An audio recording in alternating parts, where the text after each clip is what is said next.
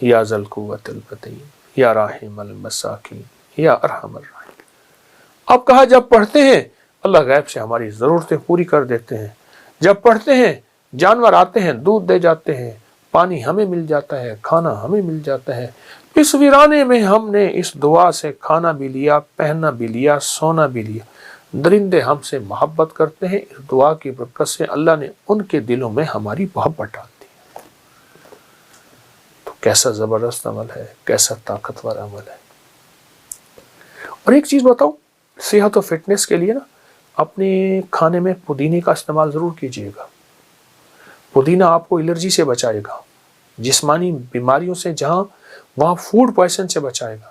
اور پودینہ کھانے والے جن کے ساتھ پودینے کی دوستی ہوتی ہے، خشک یا تر پودینہ دوستی ہوتی ہے، ان کو چھوتی وبائی بیماریاں ان کو تلاش نہیں کرتی اور ان کے قریب نہیں آتی۔ حتیٰ کہ ہماری طب کی پرانی کتابوں میں یہاں ہے کہ جو پودینہ بہت زیادہ استعمال کرتا ہے اس کو بھیڑ کاٹے تو بھیڑ مر جاتا ہے، مچھر کاٹے تو مچھر مر جاتا ہے۔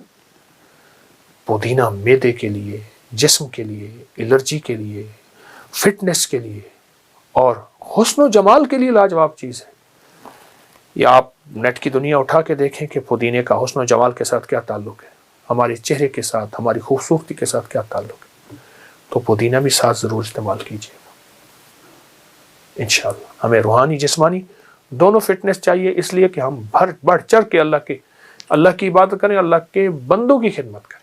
جزاک اللہ۔ السلام علیکم۔ یہ پکڑ کے اس کا عمل ہے جہاں لکھا ہوا ہے کہ خبیث جنات، کالی چیزیں، اور اس کی وجہ سے یہ عمل سارا کا سارا اس پہ لگے ہوئے آپ 41 مرتبہ، 11 مرتبہ یا 21 مرتبہ یہ قرآنی حروف پڑھیں۔ تعویذ پہ لگے خنجر کے دستے کو دائیں ہاتھ سے پکڑ کر 11 مرتبہ، یہ جو دستہ ہے اس کو پکڑ کے۔ جی اچھا، اور again the people who cannot come here، کیونکہ یہ ایک مخصوص جگہ ہے، اس میں بہت لوگ ماشاءاللہ آتے ہیں۔ آپ کے پروگرام کے خاطر ہم نے حال خالی کرایا ہے۔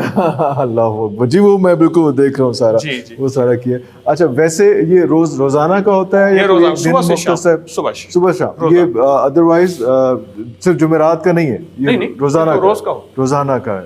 اللہ اکبر۔ یہاں ہمارے اسسٹنٹ بیٹھتے ہیں، اس طرف خواتین ہیں پردے کے پیچھے سے، اس طرف مرد ہیں۔ مرد حضرت، اچھا اچھا اچھا۔ تو اسی طرح کا بالکل ایک یہ عمل دیتے ہیں، دعا بتاتے ہیں، ذکر تسبیح بتاتے ہیں، لوگوں کو اللہ کا نام بتاتے ہیں، جو مشکلات میں گھرے ہارے وہ بتاتے ہیں۔ اور اس سائڈ پہ بھی یہ سب کچھ اسی طرح سے سارا کچھ یہی خواتین کی طرف، یہی خواتین بالکل ایسی اسی طرح یہ سب چیزیں وہاں پہ بھی لگی ہوئی ہیں۔ اور یہ جب ہم یہاں پہ آتے ہیں، یہ دیکھیے اس کا تعلق ایک نقش ہے یا جامع، اللہ کا صفاتی نام ہے۔ جی جی بالکل۔ اس کا جتنا بھی یہ عمل ہے کہ کوئی بچھڑ گیا ہے، گھروں میں آپس میں طلاقوں تک نوبت ہے، مسائل ہیں، مشکلات ہیں، یہ یا جامع کا عمل ہے۔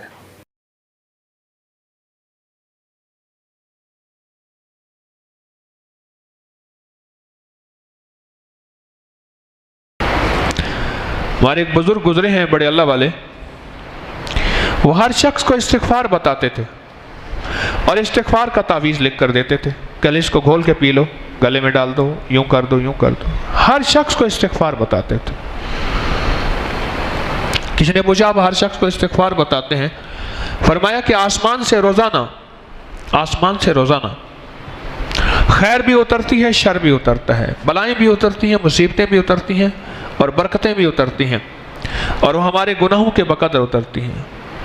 اور پھر ایک حدیث سناتے تھے، فرماتے تھے میں نے مشکات شریف میں ایک حدیث دیکھی ہے کہ انسان جب خطائیں کرتا ہے، گناہ کرتا ہے، تو وہ خطائیں گناہ اتنی زیادہ ہو جاتی ہیں، حدیث کا مفہوم عرض کر رہا، اتنا زیادہ ہو جاتی ہیں کہ ہمارے رزق کے دروازے کو بند کر دیتی ہیں، اور رزق کا دروازہ تھوڑا سا کھلا رہ جاتا ہے، باقی بند ہو جاتا ہے۔ اس کی ایک مثال دیتا ہوں۔ ہمارے والد صاحب رحمۃ اللہ کے جو باغ تھا، اب تو حکومت نے اس میں پابندی لگا دی ہے، پہلے باغ کا پانی سپیشل بنتا تھا، باغ کا پانی جو ذمہ دار ہیں ان کے پتہ ہے، اور باغ کو بہت پانی دیتے تھے۔ اور جہاں باغ ہوتا ہے، اب بھی گورنمنٹ کا لا ہے، وہاں حکومت سڑک نہیں بنا سکتی، وہاں حکومت باغ کو نہیں کاٹنا، مقصد یہ ہے۔ انگریز ایک قانون بنا کے گیا تھا کہ باغ جہاں لگا دیں وہاں کالونی نہیں بن سکتی، وہاں مراعات ہیں، رعایتیں ہیں. تو ہمارے باغ کا پانی بڑا بنا ہوا تھا، ایک بڑا اسے موگا کہتے ہیں، بڑا پائپ لگا ہوا تھا جو بڑے بڑی زمینوں کو جتنا پانی ملتا تھا اس باغ کو اتنا ملتا تھا. ہمارے پڑوس میں میرے والد صاحب رحمت اللہ علیہ کے رشتہ دار تھے. ایک دفعہ دیکھا تو پانی آیا ہوا. اچھا اس کا کوئی وقت نہیں ہے، وہ جس وقت چاہے نہر چلے گی تو پانی مسلسل چلے گا، کوئی وقت نہیں ہے. اب بھی وہ موگا ہے، اس کا کوئی وقت نہیں ہے. جیسے کہ عام ذمہ داروں کے اتنے گھنٹے ہوتے ہیں، اتنے ہوتے ہیں، اس کا کوئی وقت نہیں ہے. 24 آور 24 گھنٹے پانی چل رہا ہے. انہوں نے بہت کوشش کی مصنوعی پودے لگا کے، باغ کا پانی بنوانے پہ نہ بنوا سکے. اب انہوں نے کیا کیا، میرے والد صاحب رحمۃ اللہ نے مجھے خود بتایا. ایک دفعہ دیکھا تو باغ کو گرمی سختی پانی کی اشد ضرورت تھی. اس وقت ان کی پانی کی باری بھی تھی، ان کی باری تو مسلسل چل رہی تھی. جب بھی نہر آئے تو نہر کے آتے ہی بس پانی لگنا شروع ہو جاتا تھا. دیکھا کہ پانی نہیں آ رہا، بہت حیران ہو گئے. میں آپ کو استغفار کی مثال دے رہا ہوں، غور سے سمجھے گا. نوکر کو بھگایا، اس کو جا کے دیکھا، اس نے کہا جی موگا بند ہے. کیسے بند ہو سکتا ہے؟ اس نے کہا تھوڑا تھوڑا پانی آ رہا. جا کے دیکھا تو ایک ہانڈی آگے دی ہوئی تھی. ہانڈی کا منہ ہوتا نا ایسے، پانی اس کے اندر یوں آ جاتا. سمجھ گئے؟ موگے کے آگے ہانڈی دی ہوئی تھی اور ہانڈی کے اندر پانی آ کے اس کو مزید پریشر دے کے اس نے بند کیا ہوا تھا. انہوں نے جو ہانڈی ہٹائی اور وہ موگا جو ہے وہ چلنا شروع ہو گیا. اچھا وہ ہانڈی تھی ہماری اپنی، پانی اتنا ہو جاتا تھا کہ وہ ہانڈی آگے دے دیتے تھے، تھی اپنی. پھر جس وقت پانی آتا تھا نہر میں، اکثر آتا تھا، کچھ مہینے نہیں آتا تھا بچہ، اکثر آتا تھا. اب بھی وہ اپنی عورتوں کو وہاں ننگا کر کے بٹھا کے کپڑے دھونے کے لیے بٹھا دیتے تھے اسی جگہ، کیونکہ پانی آئے گا، انہوں نے ہانڈی ہٹانی ہے. ہانڈی اکثر ہوتی تھی.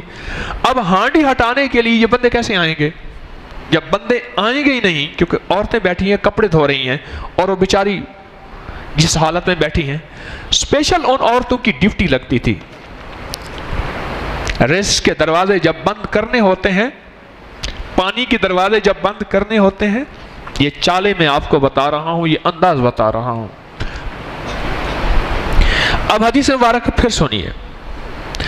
جب انسان کی خطائیں اور گناہ بڑھ جاتے ہیں تو رزق کے دروازوں کے سامنے یہ گناہ آ جاتے ہیں اور رزق یا بند ہو جاتا ہے یا تھوڑا ہو جاتا ہے. اور اب حدیث کا اگلا حصہ سنیے، مفہوم عرض کر رہا. فرمایا کہ جب بندہ استغفار کو اپنے لیے لازم قرار